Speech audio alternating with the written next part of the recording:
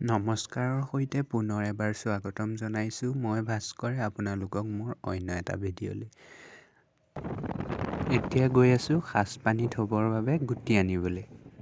আজিৰ ভিডিঅ'টি মেডাম মেফিৰ প্ৰস্তুতি। যিহেতু 31 জানুৱাৰীৰ দিনা মেডাম মেফি, সেইবাবে সাজপানী তৈয়াৰ কৰিছোঁ। ব'লকচোন ভিডিঅ'টো চাওঁ। আপোনালোকে চাগে সাজপানী থ'ব নিশ্চয় জানে, মইহে প্ৰথমবাৰৰ বাবে থৈ চাইছোঁ। তাকে ভাবিলোঁ ভিডিঅ'টো আপোনালোকলৈ আগবঢ়াওঁ। এয়া চাহ বাগিচাৰ মাজে মাজে গৈ আছোঁ গুটি আনিবলৈ। এয়া গুটি ল'লোঁ, কেইবাঘৰৰো গুটি লৈছোঁ। আকৌ পুনৰ ঘূৰি আহিছোঁ চাহ বাগিচাৰ মাজে মাজে।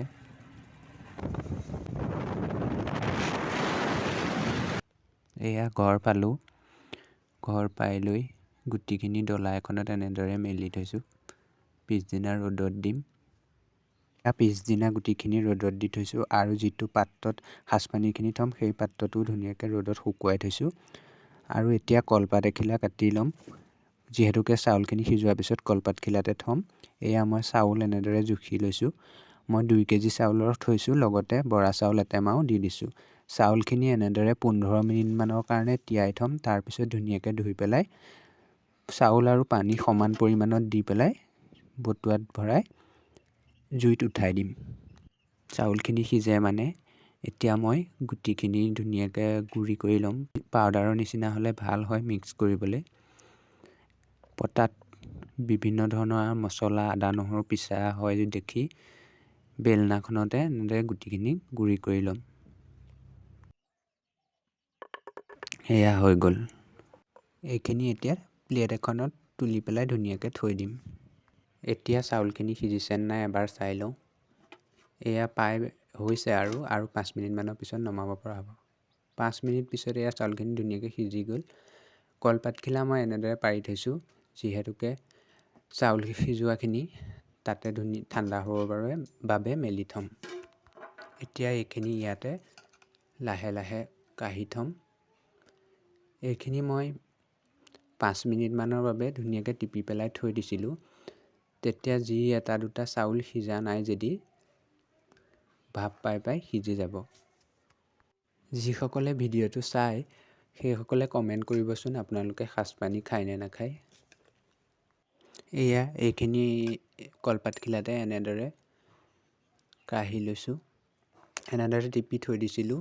এতিয়া ঠাণ্ডা হ'বৰ বাবে লাহে লাহে মেলি দিছোঁ। যিহেতু বৰা চাউল দিয়া আছিলে সেইবাবে অকণমান আঠা আঠা হৈছে বাৰু। পুৰণা চাউল হ'লে ভাল হয়। পুৰণা চাউলত আঠাটো কম। এইখিনি এনেদৰে মেলি থৈছোঁ। এইখিনি ঠাণ্ডা হয় মানে মই এতিয়া গৰু গাইকেইটা বান্ধি লওঁ। এইজনী গৰু এৰাল দিয়া আছিলে, এৰাল দিয়াজনী আগতে আনি লৈছোঁ। তাৰপিছত এয়া এৰি দিয়া গৰুখিনি খেদি নিছোঁ। এতিয়া গৰু গাই বান্ধি ধুনীয়াকৈ এইখিনিত সাজৰ গুটিখিনি মিক্স কৰিম।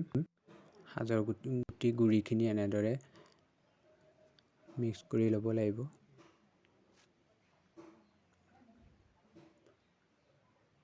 মিক্স কৰি হ'ল, এতিয়া বটুৱাত ভৰাম। বটুৱাটো শুকুৱাই ল'ব ভালদৰে, পানী থাকিবলৈ নিদিব। এনেদৰে টিপি যাব লাগে। এনেদৰে টিপি গ'লে পানী দিয়াৰ লগে লগে ভাতখিনি ওপৰলৈ উঠি নাহে। বিশেষকৈ কিনাৰৰখিনি টিপিব লাগে।